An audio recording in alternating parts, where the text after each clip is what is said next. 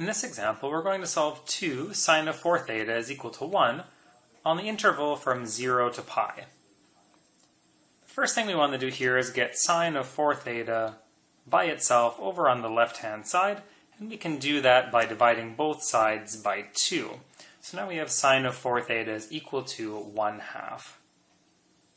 Since the angle is 4 theta, I'm going to make a substitution of alpha as equal to 4 theta, so that we have sine of alpha is equal to 1/2. Now what we have is a basic trig equation, and we can solve it using the methods we've seen already.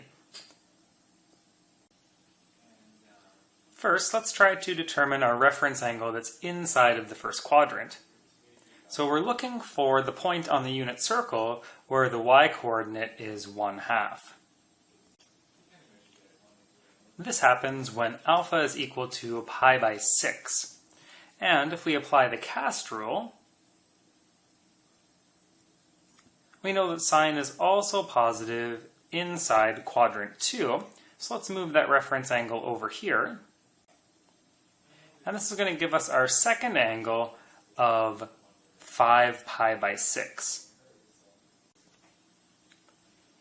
Now that we have our two angles on 0 to 2 pi, we're going to set up a general solution for each one of these angles.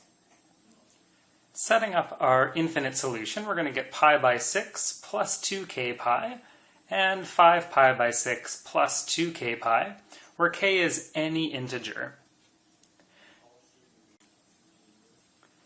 But remember earlier we made the substitution alpha is equal to 4 theta. So this means that 4 theta is really equal to our two infinite solutions. And what we need to do next to solve for the original theta in our original question is to divide both of our infinite solutions by 4. Dividing both of our infinite solutions by 4, we're going to get pi by 24 plus k pi by 2, and 5 pi by 24 plus k pi by 2. Now in this step, because we're dealing with a specific interval, I'm actually going to find a common denominator for our two fractions in each of our solutions. So the first one I'm going to write is pi by 24 plus 12k pi by 24. And the second one I'll write as 5 pi by 24 plus 12k pi by 24. Because in this last step, we need to substitute values of k in to find all of the possible thetas that are on 0 to pi. So starting with k is equal to 0, if k is 0, we're going to get pi by 24.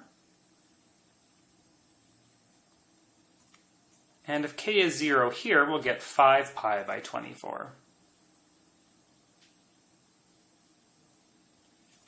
Next up, we'll try k is equal to 1. If k is equal to 1, we're going to get 1 pi plus 12 pi, which is 13 pi by 24.